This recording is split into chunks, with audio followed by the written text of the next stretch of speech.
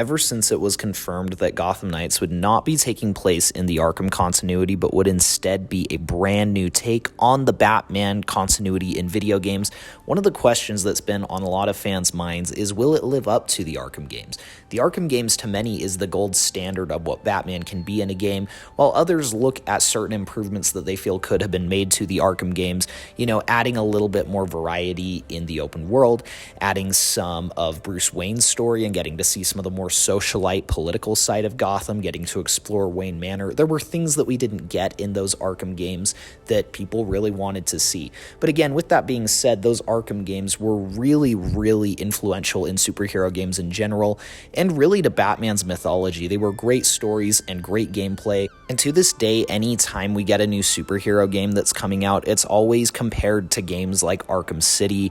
Now Spider-Man PS4 is another big contender of greatest superhero game ever made. But for the Batman Arkham games to still hold up as well as they do, the last one came out in 2015, that's really impressive.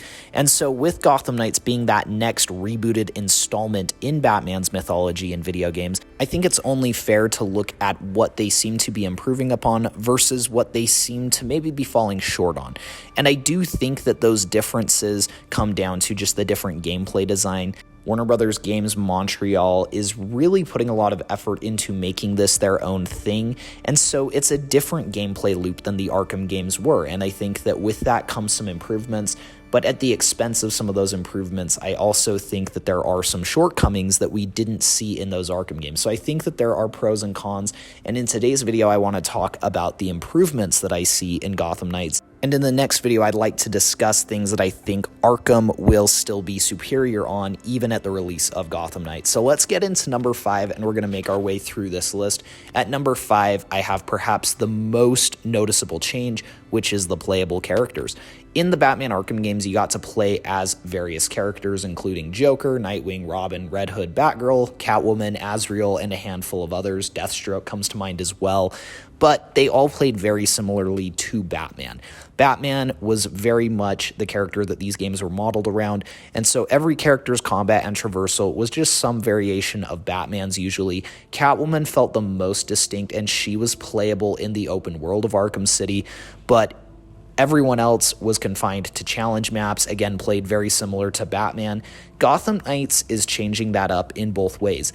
Now you can freely explore the city as every character. You can also play through the entire story as any of the characters, or you can switch between the characters as you're playing through the story. Again, this is not something that we got to see in any of the Batman Arkham games, and it's a very exciting change.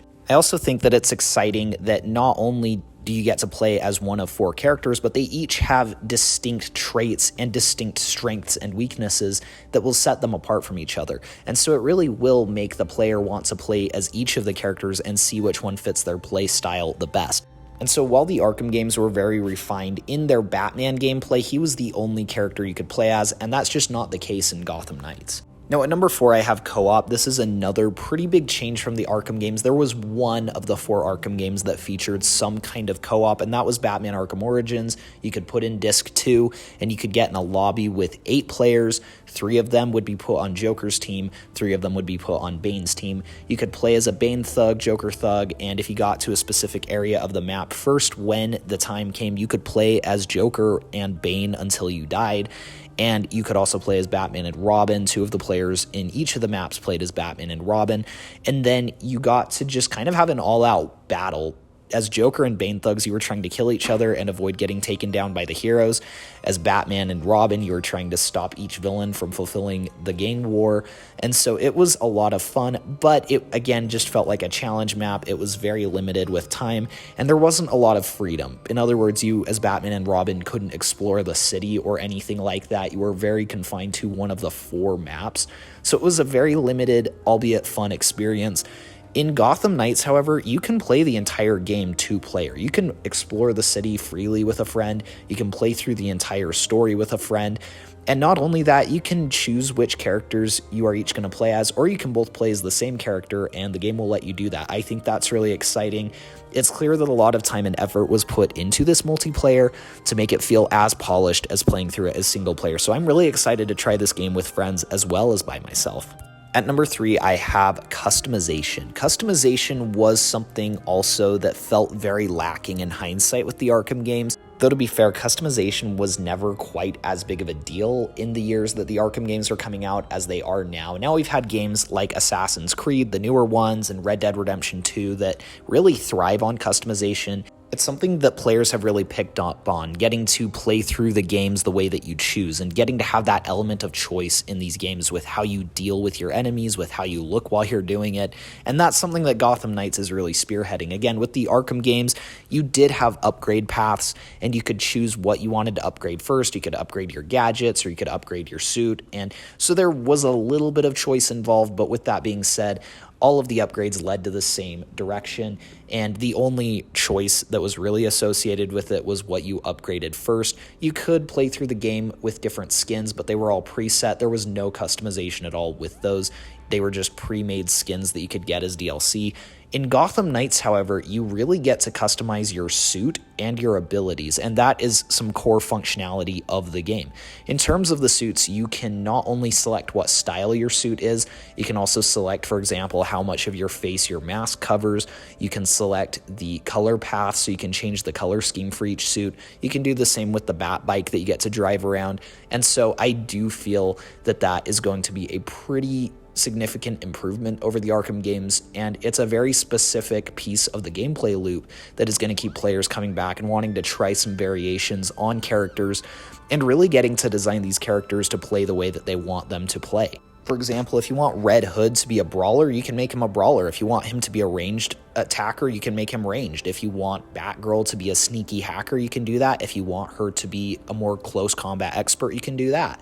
And so getting to not only play as the character that you want to play as, but also getting them to look the way you want them to look and play the way that you want them to play. I do feel that a bit of the trade-off here is that with the Arkham games, where you really were only playing as one character and it was very predetermined how he would play, they were able to make very elaborate combat, traversal, and other mechanics for him, and that refinement might not exist in Gotham Knights.